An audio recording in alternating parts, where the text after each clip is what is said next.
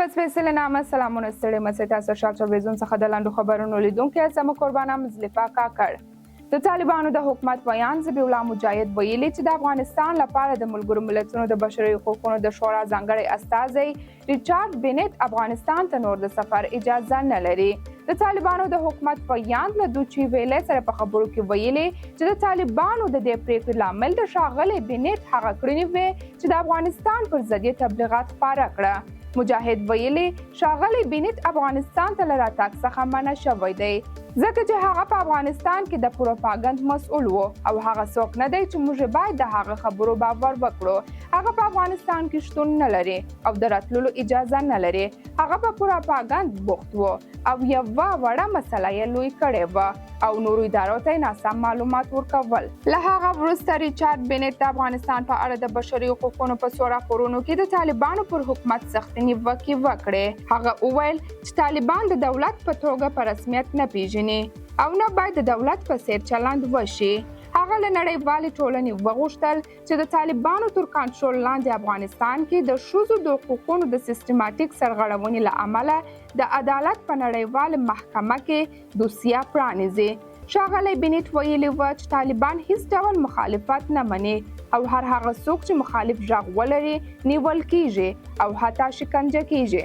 خو د طالبانو ویان دغه راپور په خبرګون کې ویلي له بده مرغه په ملګرو ملتونو کې ځینې پیچلې ګیدې تل هڅه کوي چې د افغانستان په اړه ناسم راپورونه وړاندې کړي او د محدودو مسایلو تر شعار لاندې ستر پرمختګونه تر پښو لاندې کړي. د هرات د صنایع او قانون خونې مسؤلین ویلي چې د ایران وارداتي برېښنا په پرې کېدو او کمېدو سره د دغه ولایت د صنعتي ښارګوټ تولیدات 80% کم شوي. د دې خونې د مسؤلینو په وینا د برېښنا نشتون له امله ډېرې تولیدي کارخانې له فعالیته لوېدلې دي. اخوا د هرات د برېښنا ریاست هم مني چې ایران هیواد دغه ولایت ته وارداتي برېښنا کمه کړې او کله ناکله ان په بشپړ ډول پرې کیږي. د هرات صنعتي ښارګوټ کې څه د پاسه 800 تولیدي کارخونې فعالیت کوي چې د برېښنا په پرې کېدو سره 80% کارخونې له فعالیته لوېدلې دي. د دې خونې د شمېر له مخې د صنعت کارخونو د فعالیتونو په ځنډېدو سره نږدې 50,000 کارکوونکي هم روزګار شوي دي. له تېرې یوې میاشتې را په دې خوا ایران کې د برېښنا د کمبود له امله زیاتې ستونزې راپورته شوي. د ایران د تجارت خونې ویلي ټول ایران کې 80% تولیدي کارخونې درېدلې او په لکونو خلک بیکاره دي.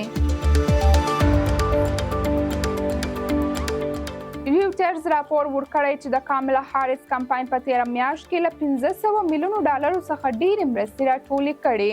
ریوټرز دا شمېر بې ساره او د بسنه ورکوونکو هڅونې نښه بولي.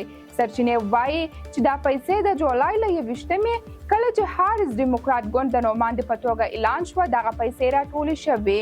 په امریکا کې د کمپاین د پیسو اندازه خورا مهمه ده چې دا د کاندیدانو کمپاینونو کې د پام وړ اړولو کې مرسته کوي چې هغه رای ورکوونکي جذب کړي چې لا تر اوسه د یو ځانګړي نوماند ملاتړ ته ژمن نه دي.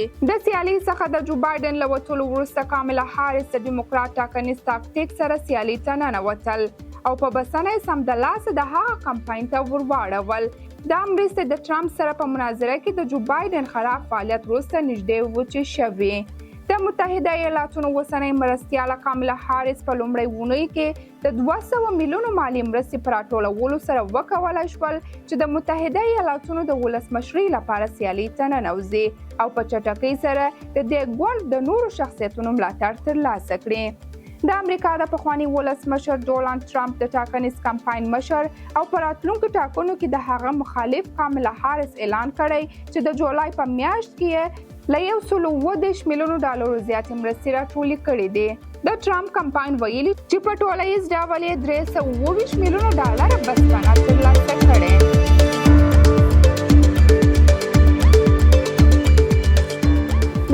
د بهرنیو چارو وزیر انټوني بلنکین منځني ختیځ ته د خپل نهم سفر وروسته د سه شنبې په ورځ د اګست په 20 قطر ته ورسېد.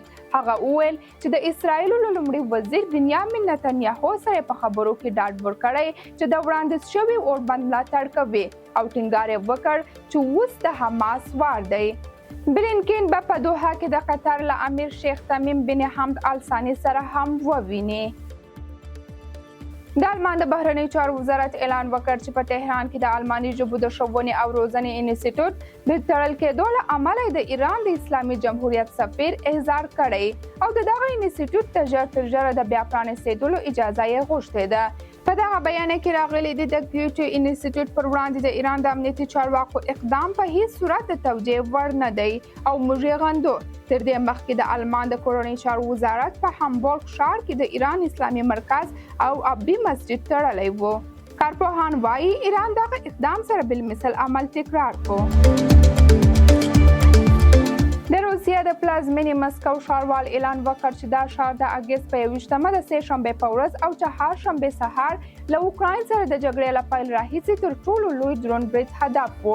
د رویټرز په وینا د مسکو پوځي او دفاعي قومندانانو اعلان وکړ چې دوی د چهار شنبې سهار په لومړۍ ساعتونو کې د روسیې پلازمین او د هغې په شاوخوا سیمو کې لږ تر لږه 11 اوکرایني بې پیلوټه الوتکې داخله شوې او روسي ځواکونه یې ویشتلي. د روسیې چارواکو په وینا تېره شپه د روسیې په اسمان کې ټوټل 45 اوکرایني بې پیلوټه الوتکې روسي ځواکونو لخوا ویشتل شوي دي. ایراني رسنیو د راپور له مخې وروسته له هغه چې د پاکستان اتباعو یو بس په یزد ولایت کې وغورځېدو او ور یې واخیست، لږ تر لږه 28 تنه ووژل شول او 23 تنه نور ټپیان شول. دا مسافر د 40 مراسمو عراق ته روان و. د یزد د بیړنۍ څانګې د معلوماتو له مخې دا پیښه د اګست په 20 د شپې 9 بجې او 54 دقیقو د تفت ښار د حشرې د پولیسو د مرکز مخې د پاکستان مسافرو د بس د چپه کېدو له امله رامنځته شوه. د یزد ولایت پولیسو د بس د چپه کېدو له امله د موټر چلوونکو له لارې سره نابلدیت، د موټر د بریک سیستم، پرله پسې تخنیکي نیمګړتیاوې او د موټر خرابوالی بللی دی. د هندوستان کرکټ بورډ پخوانی مشر جي شاه د کرکټ نړیوالې شورا مشر وټاکل شو.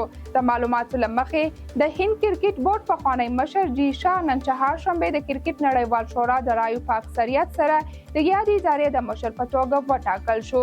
جي شاه له دې وړاندې د هند کرکټ بورډ سره د سکرټر په توګه هم 2.5 کاله دنده ترسره کړې ده. د یادونې وړ ده جي شاه په تیر نړیوال جام کې د افغان لوبډلې لوبې ستایلې وې او ژمنه یې کړې وه که کرکټ نړیوالې شورا مشر هم شي نو د یادې لوبډلې سره به پوره همکاري کوي. درنو لیدونکو دا هم د نن ورځې خبرونو له ملتیا مو مننه. تر بیا ښه چای.